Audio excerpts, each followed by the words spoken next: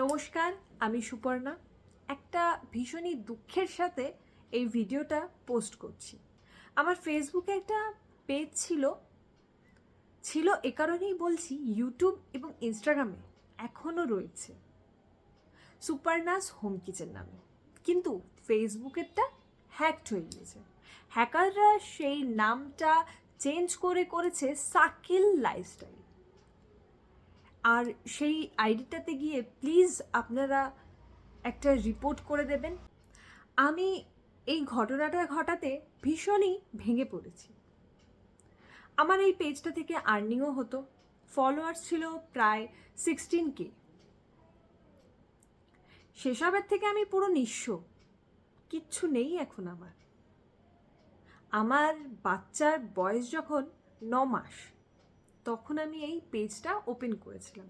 এখন আমার বাচ্চার বয়স 4.5 বছর। তো তিল তিল করে যেমন বাচ্চা মানুষ করে, এই সোশ্যাল মিডিয়ার প্ল্যাটফর্মগুলোকেও আমি তিল তিল করে বড় করছিলাম। একটা বাচ্চা মানুষ করে সোশ্যাল মিডিয়াতে কাজ করা ভীষণ কঠিন। শুধু বাচ্চা মানুষ করা নয়, সংসার সামলানো, পারিপার্শ্বিক কাজ থাকে, সেসব সামলে এই ভিডিও করা ভীষণই কঠিন। হয়তো দেখে খুব সহজ মনে হবে, একটা মিনিটের মধ্যে সব ভিডিও কমপ্লিট হয়ে যাচ্ছে, কিন্তু সেই ভিডিওর পেছনে পরিশ্রম কিন্তু প্রচুর। তো সেই সব দিকে তাকিয়ে একেবারেই ভেঙে পড়েছিলাম। তবে ভেঙে পড়লে কি হবে বলুন তো? পাশে এসে কেউ হয়তো বলবে সব ঠিক হয়ে যাবে, চিন্তা করো না। কিন্তু উঠে কিন্তু নিজেকেই দাঁড়াতে হবে।